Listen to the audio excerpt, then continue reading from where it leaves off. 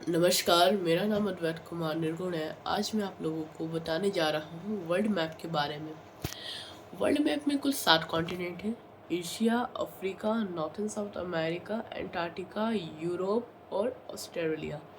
तो इसको याद करने का और प्लेस वाइज एक सिंपल सा ट्रिक है। Asia, Africa, north and south America, Antarctica, Europe और फाइनली इधर ऑस्ट्रेलिया साइड में। तो ये एक बेसिक सा लाइन है जिसके मदद से हम लोग इसे प्लेस वाइज याद कर सकते हैं। अगर हम लोगों को हर एक कंट्री के हर एक कॉन्टिनेंट का प्लेस पता रहता है तो हम लोग ये इजीली बता सकते हैं कि उस जगह का जलवायु, वेदर, मॉनसून, टाइम सब कुछ कैसा होगा। जैसे नॉर्थ एंड साउथ अमेरिका और यूरोप, अफ्रीका के बीच में जो पानी वाला सतह आता है, यहाँ पे सबसे ज़्यादा बाढ़, सुनामी, चक्रवात और भी भूकंप, ज्वालामुखी, ये सब अधिकांशतर यहीं पर आता है। और जैसे मैप में कुछ भी चीज़ को हम लोग सही से नहीं समझ पाते हैं, अगर हमें उसे समझना है तो हमें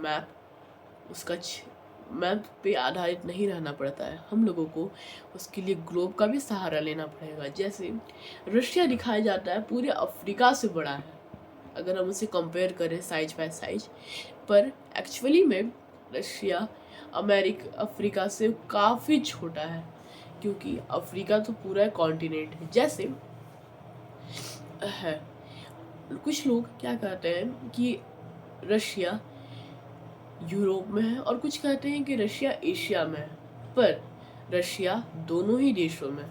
अगर रशिया सिर्फ ही यूरोप में होता तो यूरोप सबसे बड़ा देश होता।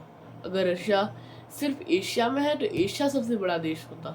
लेकिन हमारी पृथ्वी गोल है, इसलिए रशिया दोनों देशों में आ जाता है, दोनों महादेशों में आ जाता है। इसलिए हम लोग इसे बोलते हैं ट्रांस कंट्री, जिसके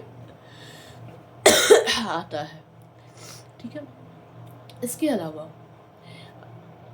अगर हम लोगों को याद करना हो कि अलग अलग देशों में अलग कौन सा देश साइज वाइज बड़ा है, पॉपुलेशन वाइज बड़ा है, तो इसे याद करने का भी एक सिंपल सा ट्रिक है। Asia, Africa, north and south America, Antarctica, Europe और ऑस्ट्रेलिया, ये सब एक लाइन से ही एरिया के वाइज है, पर जनसंख्या वाइज एशिया फर्स्ट पे, अफ्रीका सेकंड पे, यूरोप थर्ड पे, नॉर्थ अमेरिका फोर्थ पे, साउथ अमेरिका फिफ्थ पे, ऑस्ट्रेलिया सिक्स पे और एंटार्क्टिका सेवन्थ पे। और एंटार्क्टिका सबसे कम आबादी वाला देश इसलिए है क्योंकि यहाँ पे पूरा का पूरा बर्फ ही बर्फ है। जैसे इस यहाँ के अंदर सिर्फ साइंटिस्ट लोग जाते हैं रिसर्च करने के लिए। बर्फ के ऊपर बिल्डिंग बहुत ही कठोर और बहुत ही मजबूत बनती है। इसे हम लोग समझने के लिए एक बाउल लेते हैं, उसके अंदर पानी भर के फ्रिज में रखेंगे 10 दिन, 12 दिन, 1 महीने के बाद उसे निकालते हैं। निकालने के बाद उसके ऊपर हथौड़ी से मारेंगे, खुद खड़े हो जाएंगे, प्रेशर कुकर रख देंगे, दीवार पे फेंकेंगे, बहुत ही कम उसको हानि होने वाली है। अगर आप ठोस बर्फ के ऊपर ईंट को मारेंगे जिससे घर बनी होती है, वो ईंट टूट जाएगी लेकिन बर्फ को कुछ नहीं होने वाला है। इसी कारणवश वहाँ पे साइंटिस्ट जाते हैं, एयरपोर्ट बनाते हैं बर्फ के ही ऊपर।